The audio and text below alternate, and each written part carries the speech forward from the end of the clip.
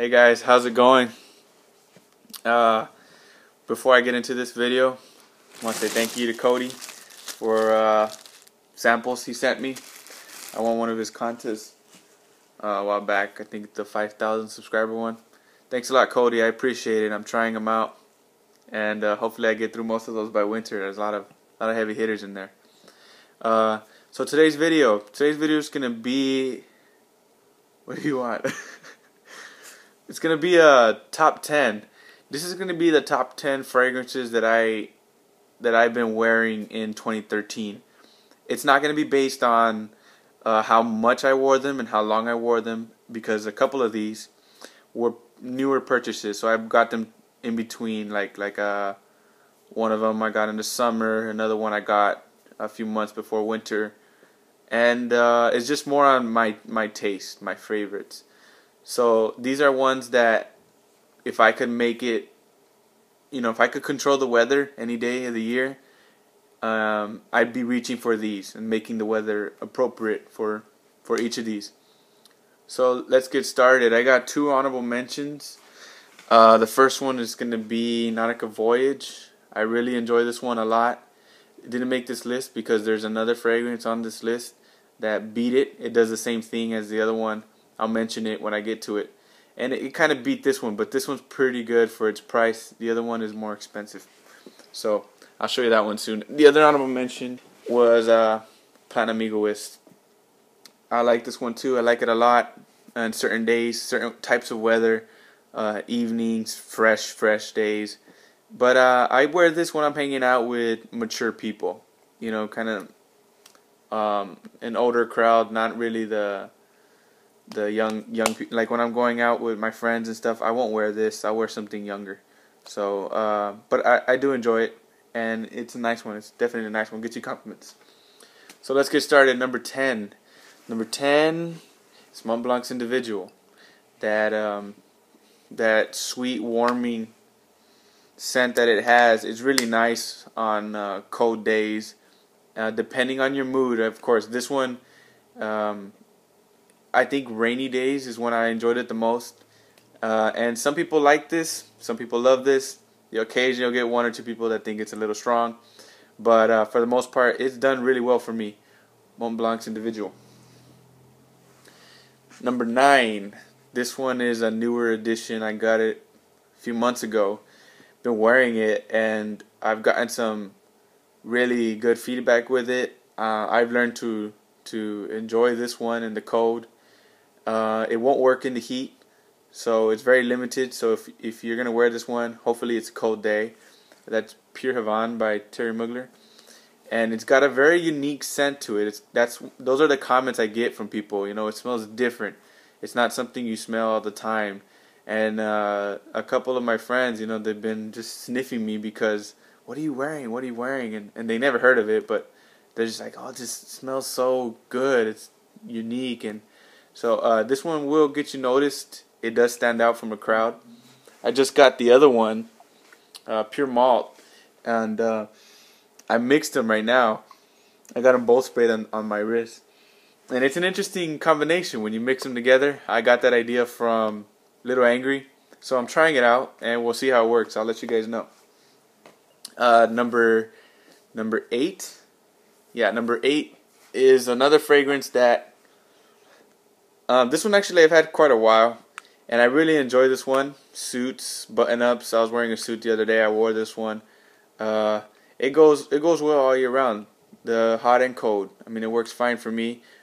I wish it was more available and maybe a little cheaper, but I still enjoy it. That's Ralph Lauren's Purple Label, and to me it's unique. Most people haven't smelled Bleecker Street, so they haven't smelled anything like this. It's a fun one to wear for me. I enjoy reaching for it. Number 7. This one is for colder times, and I've been wearing it lately when we get those really cold days. I know most of the country is like freezing, having record cold, so one like this will work great for you right now. It's Paco Rabanne's 1 Million. This is one of the more young and playful ones you want to wear when you want to project and be noticed and have fun. Paco Rabanne's 1 Million. this next one has really surprised me because I enjoyed it and I started wearing it, and I knew it was a lady pleaser, but I kind of underestimated it, and it's been in some of my lists. You guys are gonna recognize it, but I started getting a lot more compliments from women when I was wearing this one lately, and one girl in particular is just like, "You smell so good," and asked me what it was, but of course she didn't know it. Nobody knows this one. It's one of those under radar ones. That's Chrome Legend by Azzaro. And it really surprised me. I wasn't expecting it to get me that many compliments. When I first got it, I thought, it was more of a subtle fragrance. And it is, but I was getting noticed with it. People were telling me I smelled good, especially girls. So definitely give this one a try. It's pretty affordable. Azzaro's Chrome Legend. My next one, unfortunately, I got this one towards the end of summer. It's a summer fragrance. This is the one that beat Nautica Voyage. I got it towards the end of summer, and I didn't have a lot of time to test it out, to wear it. But I even wore it in the cold. A couple of days, it was cold, and I was like, man, I want to wear this. It wasn't quite as good as the Heat, but, I really enjoy this fragrance. It doesn't get a whole lot of love in the community so far. It's a newer release.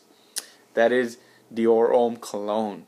And this one, to me, guys, is perfect for those hot, humid days. The hot, humid days, this one just puts a smile on my face. It's so refreshing. I hate the heat, and I live down here in Texas, and it gets unbearably hot. But I put this one on, and it makes it a little better. You know what I mean? I can't wait to review this one. I've been wanting to review it for a while, but I gotta wait till summer to do that. So Dior Homme Cologne, that's my my number 5. My number 4, this one, it could easily have been in the top 2, top 3, but I've had this bottle for about 2 years now, and it's been my favorite for a while. But I guess after a while, it lost a few spots because it just became kind of familiar, kind of old to me. I still love it. I still love the scent.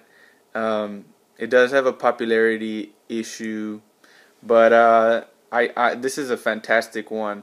It gets you compliments, and that never changes with this one. That's La Nuit de l'Homme.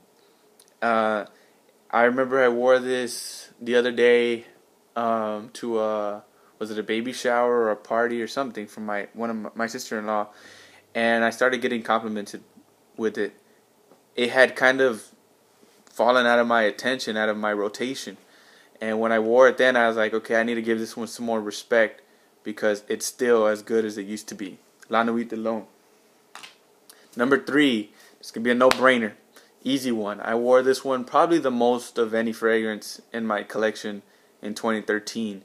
It got me a lot of compliments, and there was only like one person I ever asked, you never complimented me on this one. You didn't like it? Because I would wear other fragrances and get complimented around my friend, and this one, she never said anything about it. So I was like, what do you think? And she said, it's okay, it's just not my favorite. That's the worst I've ever gotten. Pretty much everybody else loves it. That is Bleu de Chanel by Chanel. You guys have seen my review on this one. It is a lady pleaser. Ladies do love this one. That girl, I guess she's a little weird. I don't know. But that happens, right? Not everybody's going to like anything. Even the best fragrances, it's usually like 90% will like it. Or most fragrances don't even have that high of an approval rating. So, I mean, one person, that's not bad. My number 2, this one could have been my number 1. I love this fragrance. To me, it's a perfect fragrance. There's a problem with performance on it, yeah, but I mean, it's a masterpiece for me. It's beautiful. Every time I wear this one, it makes the day better. You know what I mean? It can get you complimented if people smell it on you, and it's great for fall and spring. For me, even the cold days, I like to throw it on, just carry an atomizer with you. That is Dolce & Gabbana's The One. This thing is beautiful, guys. So I think most of you guys know about this one. It is kind of popular.